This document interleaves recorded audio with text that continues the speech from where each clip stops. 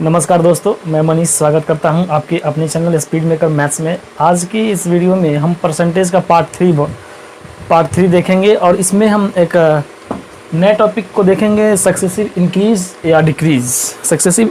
या डिक्रीज देखेंगे। तो आइए शुरू करते हैं पहले कॉन्सेप्ट के साथ। सबसे पहले इसमें जब हम सक्सेसिव इंक्रीज की बात करते हैं तो अगर हम मान लेते हैं कि पहले a% का इंक्रीज़ किया गया, फिर b% का इंक्रीज़ किया गया, यानी पहले a% का इंक्रीज़ किया गया फिर b% का इंक्रीज़ किया गया, तो इसका एक सिंपल सा फॉर्मूला क्या होता है। ओवरऑल अगर हमसे इंक्रीजमेंट पूछेगा तो इसका एक फार्मूला होता है a + b + ab/100। ये मेरा एक फार्मूला होता है जो कि सक्सेसिव इंक्रीज़ और सक्सेसिव डिक्रीज़ दोनों में लागू होगा। यानी कि कहने का मतलब कि a% का पहले अगर वृद्धि होता है और फिर b% का भी वृद्धि होता है तो भी ये फार्मूला अप्लाई होगा, या फिर a% की पहले वृद्धि होती है और फिर b% की अगर कमी होती है तो भी ये फार्मूला इसमें अप्लाई होगा, या फिर a% की कमी और फिर b% की भी कमी, यानी अगर दोनों कमी तो भी ये फार्मूला अप्लाई होगा और दोनों वृद्धि तो भी ये फार्मूला अप्लाई होगा। अब अप्लाई से करेंगे कैसे, तो समझते हैं एक एग्जांपल से। जैसे हमने बोला कि अगर पहले 10% का वृद्धि किया गया फिर उसमें 20% का वृद्धि किया गया तो ओवरऑल वृद्धि कितना हुआ, यानी पहले 10% का इंक्रीज हुआ फिर 20% का इंक्रीज हुआ तो ओवरऑल इंक्रीज कितना हुआ। तो अभी हम इस फॉर्मूले को अप्लाई करेंगे और इसका आंसर देखेंगे। तो पहले लिखेंगे 10 फिर प्लस 20 प्लस 10 गुना 20 बट्टा में 100, ये 2 जीरो कैंसिल, 20 30 प्लस 2, यानी कि ओवरऑल 32% की वृद्धि हमें प्राप्त हुई। कहने का मतलब अगर पहले 10% की वृद्धि की जाए फिर 20% की वृद्धि की जाए तो हमें ओवरऑल वृद्धि कितने परसेंट की होती है, 32% की। इसे हम प्रूफ भी करते हैं। जैसे अगर मान लेते हैं कि कोई संख्या पहले 100 था, उसमें हमने 10% की वृद्धि करी, तो 10% की अगर, तो 100 का 10% कितना हुआ, 10, यानी कि ये बन गया कितना, 110। फिर इसमें बोला गया कि 20% की वृद्धि की गई, यानी कि अब 110 का 20%, यानी 110 का 20% कितना हुआ, 22। तो इसमें अगर 22 जोड़ेंगे तो कितना हुआ, 132, यानी कि जो संख्या पहले 100 था अब 132 हो गया, यानी वृद्धि कितना हुआ, तो 32 का और कितने पे, 100 पे, तो यानी परसेंटेज कितना हुआ, 32%, यानी ओवरऑल इंक्रीजमेंट कितना हो गया, 32%। तो ये हुआ एग्जाम्पल। अब हम देखते हैं इस पे सवाल कैसे आते हैं, एग्जाम में सवाल कैसे पूछे जाते हैं उसको देखते हैं। तो पहला सवाल आपकी स्क्रीन पे दिखाई दे रहा होगा।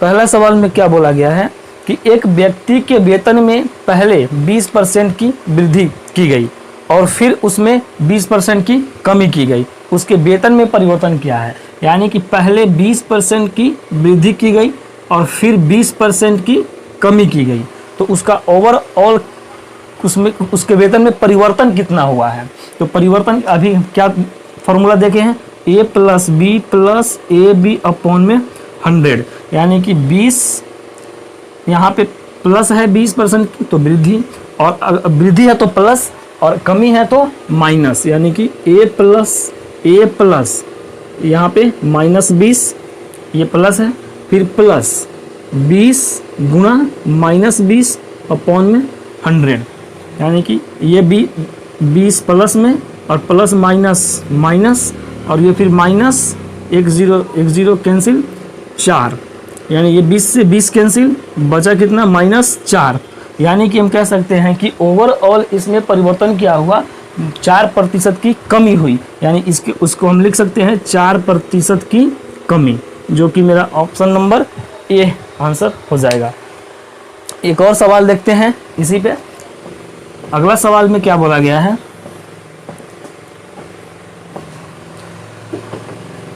एक व्यक्ति, थोड़ा सा पॉज कर यार।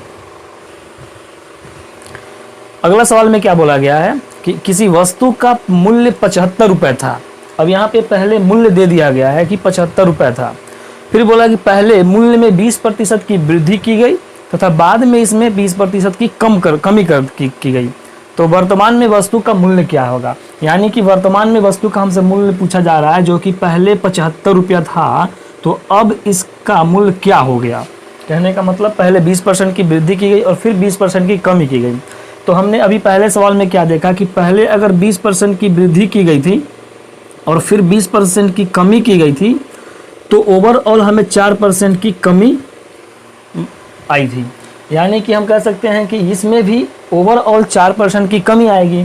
तो पहले अगर 75 रुपया था किसी वस्तु का दाम, तो अब वो 4% 75 रुपया था, तो यानी कि 100% का था दाम हो, तो यानी कि अब इसमें से 4% कम हो जाएगा। तो 75 का अगर हम 4% निकालते हैं, 75 का 4% अगर हम निकालते हैं तो 3, यानी कि 3 रुपया कमी हो जाएगा। यानी कि 75 में से 3 रुपया अगर हम घटा देते हैं तो हमारे पास कितना आ जाएगा, 72 रुपया। यानी कि अब उस वस्तु का मूल्य 72 रुपया हो जाएगा। इसे हम और भी तरीके से बना सकते थे, जैसे कि 75 रुपया पहले उस वस्तु का मूल्य था, यानी ये था 100% का मूल्य, तो अब यहाँ पे 96% का मूल्य हम निकाल सकते थे। ऐसे भी हम इस सवाल को बना सकते थे जब हमें 4% मालूम हो कि कमी ओवरऑल हो रही है। तो एक तो तरीका यह हुआ कि हम यहाँ पे 4% की कमी a + b + ab अपॉन 100 ये लगा करके हम 4% की कमी मालूम कर सकते हैं। लेकिन यहाँ पे एक और तरीका क्या है कि अगर x%, मान लेते हैं कि पहले x%, हम यहाँ पे पहले अगर x% की वृद्धि किसी भी नंबर में की गई और फिर अगर x% की ही कमी की गई, यानी कि x% की वृद्धि और x% की कमी ही की गई, तो हमें ओवरऑल कमी ही होती है। ओवरऑल क्या होती है, कमी ही होती है। और वो कमी क्या होती है, x² अपॉन में 100% की कमी होती है। यानी कि कहने का मतलब अगर हम इसी एग्जाम्पल को लेते हैं, पहले 20% की वृद्धि की गई तो x की जगह पे 20 और फिर 20% की कमी की गई, यानी कि दोनों जगह x ही है। यहाँ पे ये सेटिस्फाइड कर रहा है रूल। तो यहाँ पे ओवरऑल क्या होगा, कमी होगा। हमने क्या बताया, ओवरऑल कमी होगा, और कमी का प्रतिशत क्या होगा, तो x² अपॉन में 100, यानी x की जगह पे क्या है 20%, यानी कि 20 गुना 20 अपॉन में क्या 100, यानी कि यहाँ पे भी 4% की क्या आ गई, कमी आ गई। हम कह सकते हैं कि अगर x% की वृद्धि हो गई और फिर x% की कमी हो गई, तो ओवरऑल x² की बट्टा 100% की कमी होगी। ये हो गया। तो बढ़ते हैं अगले सवाल की तरफ।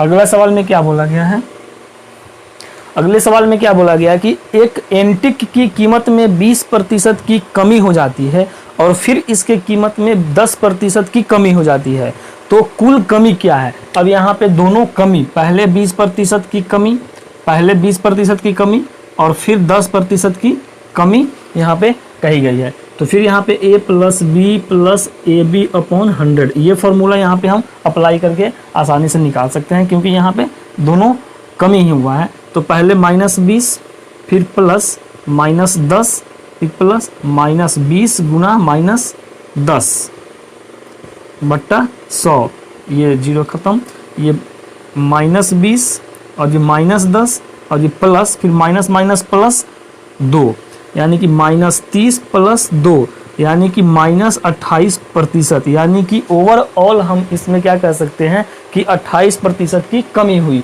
कब, जब पहले 20% की कमी की गई और फिर 10% की कमी की गई। इसे हम ए बी फॉर्मूला अगर नहीं भी याद है तो और भी तरीके से हम बना सकते हैं। जैसे कैसे, मान लेते हैं कि पहले 20% की कमी की गई, तो इसे हम क्या कर सकते हैं कि 20% का हम जानते हैं कि 1/5 होता है। यानी अब जब भी कमी बोलेगा तो क्या हमें करना है कि इस 5 में से 1 को घटा देंगे, यानी 4/5, यानी कि कहने का मतलब पहले जो संख्या 5 था वो संख्या अब 4 हो गया, यानी कि 5 से पहले 4 किया गया। फिर 10% का क्या होता है फ्रैक्शन, 10% का 1/10, फिर यहाँ पे कमी है तो कमी क्या है, यहाँ पे 9/10, और अगर वृद्धि बोलता तो 10 में 1 जोड़ते 11/10 करते। यहाँ अगर वृद्धि होता तो 5 में 1 जोड़ते यानी 6/5 करते। तो फिर यानी कि वो संख्या क्या, 10 से अब कितना हो गया 9। अब क्या करेंगे, इन दोनों को आपस में गुना करेंगे, तो 10 × 5 = 50, 9 × 36, यानी कि अब कमी कितना हो गया 14 का, कितने पे 50 पे, परसेंटेज में लाने के लिए 2 से गुना, यानी कि इसको अगर हम काटते हैं तो 14 दूना 28, यानी 28% की ओवरऑल क्या हो गई, कमी हो गई, जो कि मेरा आंसर होगा। या तो ऐसे बना सकते हैं या फिर ऐसे बना सकते हैं। बढ़ते हैं अगले सवाल की तरफ, देखते हैं और किसमें यूज हो।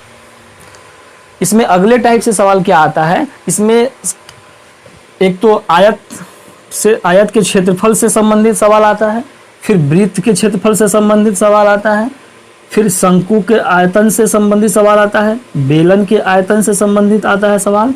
ऐसे करके बहुत सारे टाइप से सवाल पूछे जाते हैं, तो एक एक करके हम देखते हैं। तो देखते हैं अगला सवाल क्या है, कि पहले सवाल बोला गया है कि यदि किसी आयत की लंबाई को 10% अधिक कर दिया जाए और चौड़ाई को 10% कम कर दिया जाए, यानी कि लेंथ में क्या बोला गया है कि 10% की अधिक 10% की वृद्धि, और ब्रेथ में क्या बोला गया है कि 10% की कमी, तो ओवरऑल क्षेत्रफल में क्या कमी या फिर वृद्धि होगी। तो हम जानते हैं कि आयत का क्षेत्रफल क्या होता है, लंबाई गुने चौड़ाई, ये होता है। तो पहले बोला गया है कि लंबाई में 10% की वृद्धि, यानी कि 10% का मतलब क्या हुआ, 1/10, और अभी हमने बताया कि वृद्धि है तो 11/10, यानी 10 से 11 हो गया, यानी 10 से क्या हो गया, 11 हो गया। पहले लंबाई अगर 10 था तो अब 11 हो गया। और फिर ब्रेथ में क्या बोला गया, चौड़ाई में क्या बोला गया है कि ये भी 10% की कमी, यानी कि 10%, यानी कि 1/10, अब कमी है तो 9/10, यानी पहले 10 था तो अब क्या हो गया, 9 हो गया। अब हम जानते हैं कि यहाँ पे एरिया अगर निकालना है तो इस दोनों को गुना करेंगे, तो 10 गुना 10 100, और ये 11 9 99, यानी कि पहले अगर एरिया 100 था तो अब हो गया 99, यानी कि कमी कितनी हुई, 1% की यहाँ पे। तो हमारा आंसर क्या हो जाएगा, 1% की कमी ओवरऑल। या फिर ऐसे भी आप बना सकते थे कि हमने अभी बताया कि अगर x% की वृद्धि हो रही हो और x% की कमी हो रही है तो ओवरऑल x² बट्टा में 100% की कमी होगी। तो यहाँ पे 10% की एक बार वृद्धि हो रही है और एक बार 10% की कमी हो रही है, यानी कि 10 गुना 10 बट्टा में 100, यानी ओवरऑल ये 1% की कमी होगी। बढ़ते हैं अगले सवाल की तरफ और देखते हैं अगला सवाल में क्या है। एक घन की प्रत्येक भुजा को 10% बढ़ा दिया जाए तो घन का आयतन कितना बढ़ जाएगा। अब यहाँ पे घन के बारे में पूछा, तो घन का आयतन हम सब जानते हैं। घन का आयतन क्या होता है, घन का आयतन होता है भुजा क्यूब, यानी कि अगर उसकी भुजा ए है तो उसका आयतन क्या होगा, ए क्यूब, यानी कि यहाँ पे हम लिख सकते हैं ए गुना ए, सिंपल से बात। तो बोला गया कि अगर इसकी भुजा में 10% की वृद्धि की जाए ना, 10% की वृद्धि की जाए, 10% की वृद्धि की जाए, तो हम क्या करेंगे, यहाँ पे एक चीज़ तो ऐसे कर सकते हैं कि पहले 10%, फिर 10% और फिर 10%, यानी कि यहाँ पे 3 सक्सेसिव हो गया। तो इसको हम 2 तरीके से, इसको भी 2 या 3 तरीके से बना सकते हैं। एक तो पहला यहाँ पे क्या, ए बी वाला फार्मूला लगाएंगे, a + b + ab अपॉन 100। ये अगर लगाते हैं तो 10 का कितना होगा, 21%, 10 का 21%। अब हम क्या करेंगे, इस 21% को और इस 10% को फिर से a + b + ab/100 से निकालेंगे, तो यानी 21 + 10 + 21 गुना 10 बट्टा 100, 1 0 से 1 0, 31 + 2.1, यानी 33.1% की ओवरऑल वृद्धि होगी। यानी कि ओवरऑल वृद्धि कितने परसेंट की हो जाएगी, 31% की। ये तो हो गया 10%, 10%, 10% की 3 सक्सेसिव इंक्रीजमेंट का।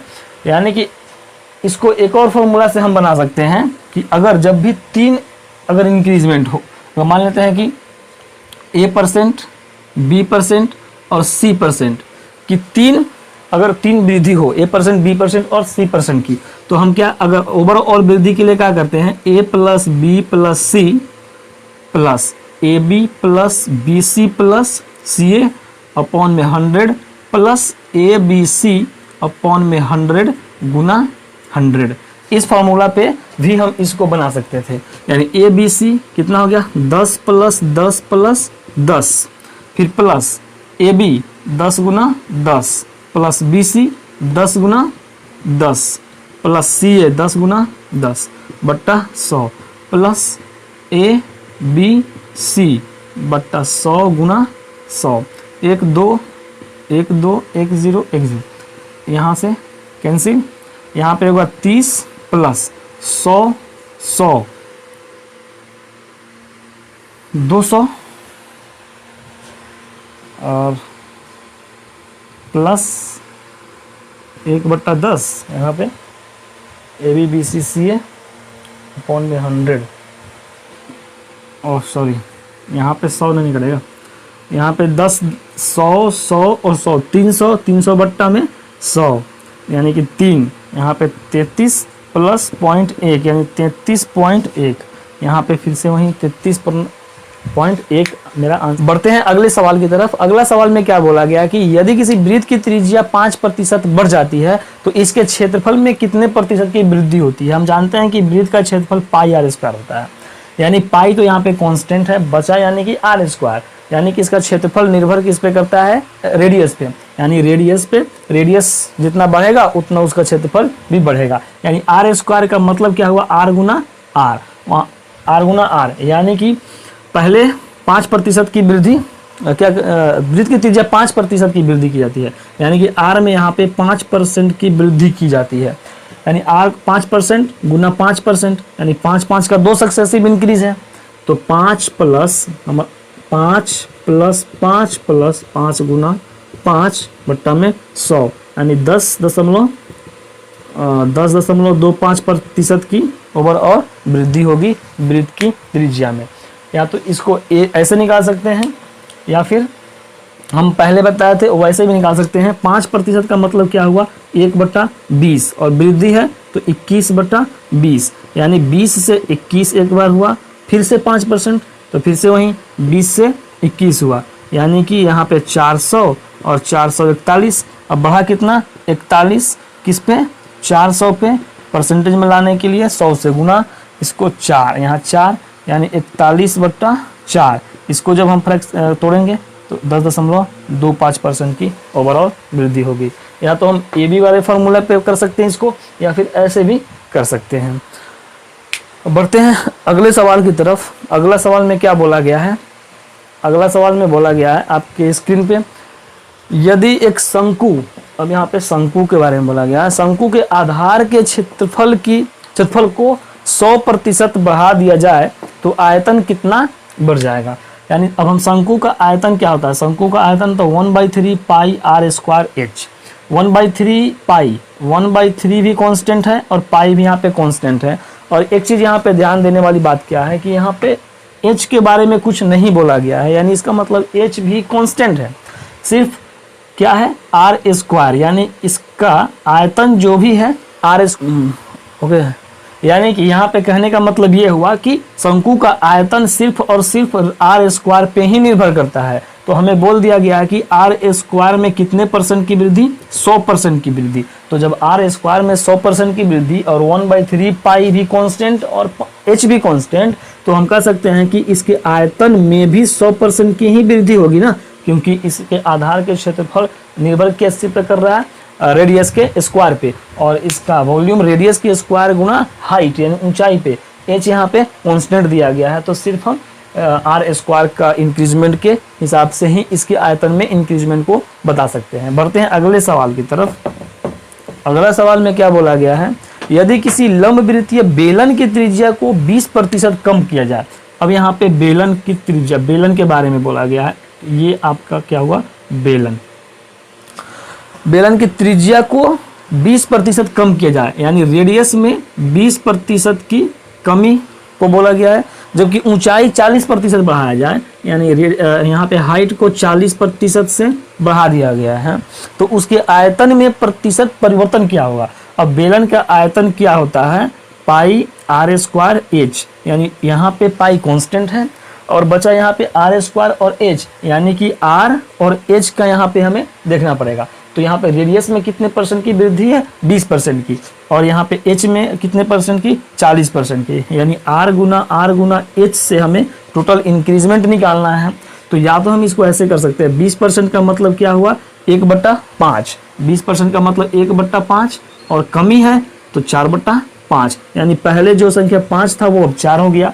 एक बार और करना है इसी r को, क्योंकि r² इंटू h है, तो r गुना h, तो फिर से 5 से 4, और फिर यहाँ पे ऊंचाई में 40% की वृद्धि हो गई है, यानी 40% का मतलब क्या हुआ, 2/5। इसको कैसे किए, 20% का मतलब क्या होता है, 1/5, तो इसमें अगर हम 2 से गुना करेंगे तो ये 40% हो जाएगा, और इसमें भी 2 से, यानी 2/5, तो यानी 2/5 है, तो अगर ये वृद्धि है तो कितना होगा, 7/5, क्योंकि हमने बताया कि अगर वृद्धि हो तो नीचे वाले को ऊपर से जोड़ देते हैं और नीचे वाले को तो ज्यों का त्यों लिखते हैं। अगर कमी होता तो 3/5 होता। तो यहाँ पे क्या हुआ, h क्या हुआ, 5 से अब 7 हो गया।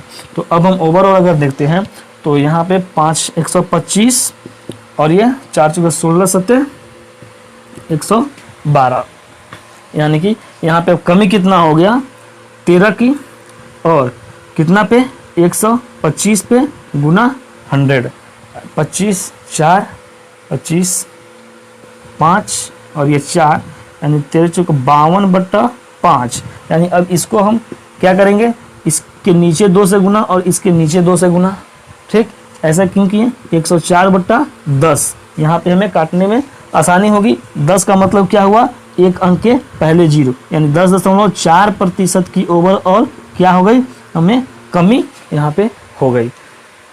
एक तो इसको ऐसे बना सकते हैं, या फिर हमने पहले क्या बताया था, अगर a% की कमी या वृद्धि, फिर b% की कमी या वृद्धि, या फिर c% की कमी या वृद्धि, तो पहले वाले formula a + b + c + ab + bc + ca upon 100 + abc upon 100 गुना 100, इस फार्मूला पे भी इसको रख के हम बना सकते हैं। तो यहाँ पे तो थोड़ा सा ये मुश्किल होगा, आसानी होगी ऐसे ही बनाने में।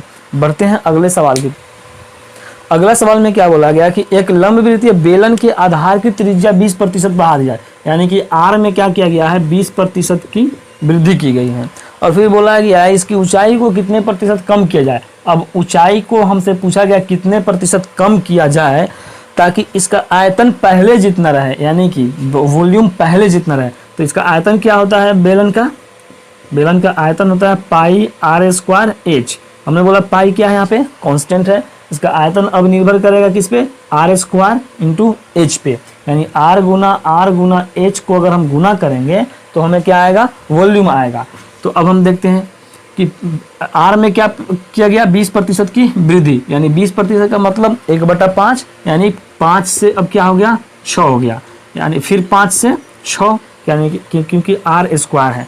अब फिर बोला ऊंचाई में क्या किया जाए, तो हम ऊंचाई में क्या किया जाए, तो अब हम तो जानते नहीं है, तो मान लेते हैं कि ऊंचाई पहले x था, अब y हो गया, क्लियर, यानी जैसे कि 5 था पहले, तो वृद्धि होने के बाद 6 हो गया, तो अब हम मान लेते हैं कि पहले ऊंचाई x था तो अब y हो गया।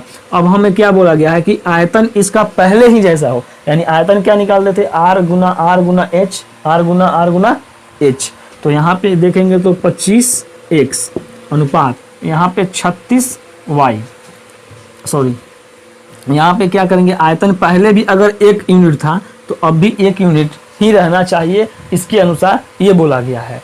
क्यों, क्योंकि इसको गुना करने से 1 आना चाहिए, इसको भी गुना करने से 1 ही आना चाहिए। तो अब हम देखते हैं 25x बट्टा 36y बराबर 1/1, यानी कि कह सकते हैं 25x बराबर 36y, x बट्टे y क्या हो गया, 36/25, यानी कि पहले अगर ऊंचाई 36 था तो अब ऊंचाई 25 होना चाहिए, यानी कमी कितना हुआ, 11 किस पे, 36 पे, परसेंटेज में चेंज करने के लिए 100 से गुना, तो ये 9 और ये 25, तो ये हो जाएगा कितना, 11 से गुना करने के लिए क्या करते हैं, 5 लिखेंगे, 5 और 2 7, और फिर 2 का 2 बट्टा में 9, यानी कि 30.5/7%, 30.5/9% की हमें क्या करनी पड़ेगी, यहाँ पे कमी करनी पड़ेगी, जो कि ऑप्शन नंबर सी में है। बढ़ते हैं अगले सवाल की तरफ।